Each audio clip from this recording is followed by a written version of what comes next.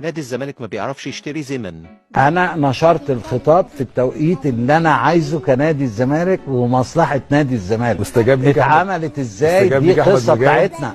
استجاب دي ليك قصه بتاعتنا يا كابتن شباب. استجاب ليك احمد مجاهد. دي قصه بتاعتنا. بعض الناس مش عارف هم عملوا ايه، انا عارف انا عملت ايه. ايوه اتفقت معاهم ازاي على القصه دي؟ اقنعتهم ازاي؟ مش زي ما بنقول كده يا كابتن شباب، شربتهم حاجه كل صافية. واحد له مهاراته او ياخد لقب باساليب مشينه.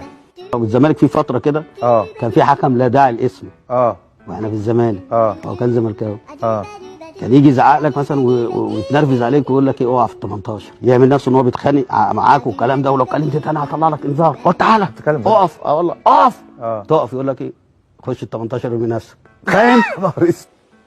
نادي الزمالك ما بيعرفش يرشي. الحكم يقول لي عايز ضربة جزاء ولا تطرد لعيب، ومعايا الاداره ومعايا مدير الكوره ومعايا مدير اداري قاعدين معايا، اختار ايه؟ لا استنى مش فاهم دي يعني حكم يقعد معاك، انا يقعد معاك بس زمان الحكام الافارقه كانوا بيجوا يقعدوا معانا قبل المباراه، احنا عايزين ايه؟ انت بتتكلم جد يا كابتن؟ خلاص بقى.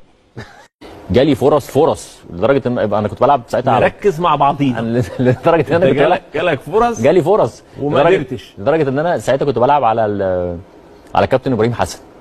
في يوم واحده من قلت له شيل، يعني في يوم واحده عارف انت اللي هو ايه، انا خلاص يعني لازم انت احط. بتقول لكابتن ابراهيم شيل وانت بتلعب ضده، شيل يعني بيخبي اللعيبه بقى بتوعنا احنا في سجن ابو زعبل وسجن ترى.